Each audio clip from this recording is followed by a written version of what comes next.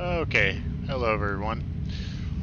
I wanted to take a second to show a quick little trick that it's not a trick, it's really a tweak. And what we're doing is we're overriding Windows default behavior of where it is essentially negotiated with the, sorry, it hasn't negotiated, it calculated based off of the readings from the actual CPU what the best, what the most efficient cores are, and which ones have the highest uh, efficiency rating. Sorry. And anyways, you can see this in the event viewer with, in conjunction with Ryzen Master. It'll actually tell you what your strongest cores are, and et cetera, et cetera. Well, Windows utilizes that, and it gives the workload to the essentially the strongest cores. So in this case, every single time that I fire up Star Citizen, the default behavior is it always gives it to node 1. So the CCDs with the CCXs inside of them always get that particular workload. Well, the way that it works in its default behavior is not in the favor of gaming. And that's because of the Infinity Fabric and the way that asynchronous threading works, and it has to essentially wait to join off of the threads and merge the work together. There's a lot that goes into it, and there's overhead involved in that, and that overhead is translated into latency. So anyways, that's bad for gaming. Well, in Star Citizen, if you have a Threadripper, in this case this is a 3990X, there's a small tweak that we can do, and I believe I saw a post on Reddit somewhere where someone had mentioned this, but I didn't think it gained a whole lot of traction. Well, I'm floating out in space, excuse me, I'm floating out in space in the 890, and I wanted to try and get the most stable, flat, consistent frame rate that I can, and which is extremely hard to do in this game. Reproducing any form of standard measurement that can be utilized for consistent reading in a benchmark comparison or perspective is very hard. So that's why I'm floating out here in the middle of space in the 890. So everything is fully maxed out in 4K, and right now this is the default behavior. So as you can see here, the workload is currently split between two CCDs on this particular NUMA node.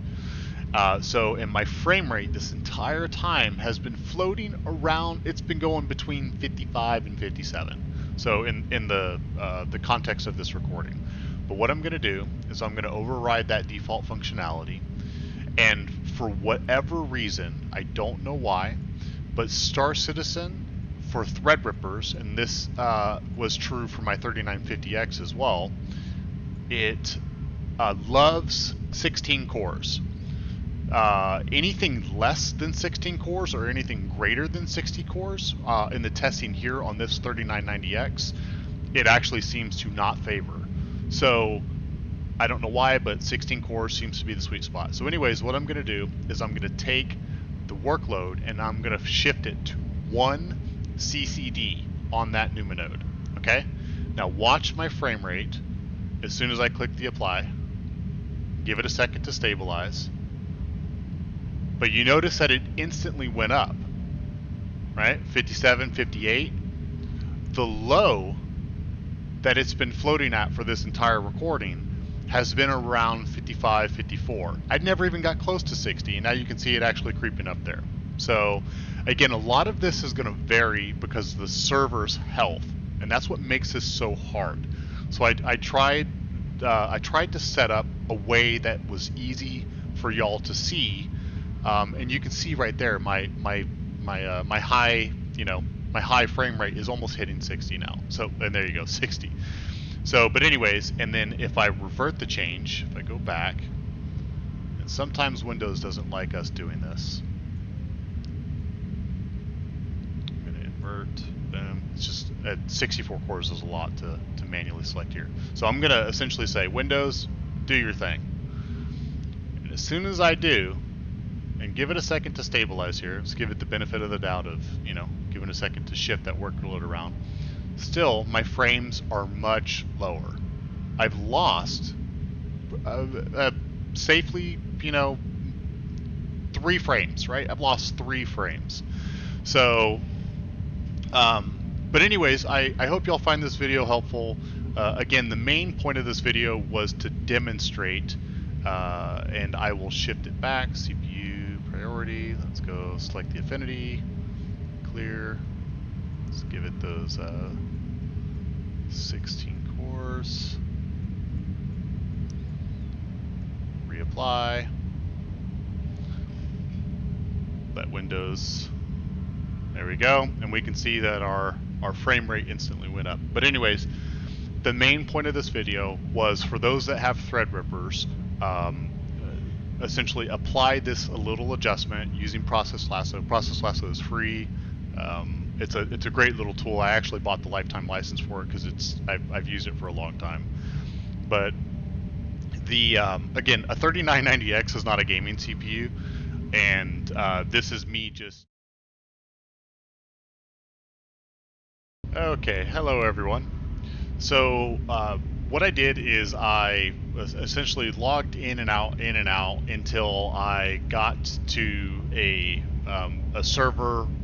Literally, I just watched my frame rate, and then once I saw that my frame rate was greater than the recording of my previous video, I stopped there. But anyways, I wanted to do this at the same time I was making this video to show and prove that server health has a huge impact on your frame rate.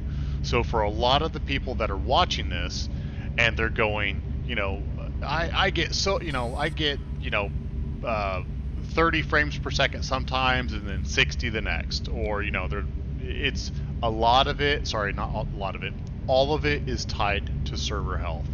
I have also seen at other times on fresh servers where I've launched with buddies in the org, and we all launched together and we got a new server and some of us had bed logged in space. I had noticed that we had gotten obviously a fresh instance spun up for us, and my frame rate in this exact same scenario was near 100. So tack 30 frames per second on where we are right now. So just again, I wanted to reiterate to everyone that's watching this video that I could do this. I could have made this video time and time again, and you would have seen a huge difference in the frame rate just because of the server health. So anyways, I hope this was helpful.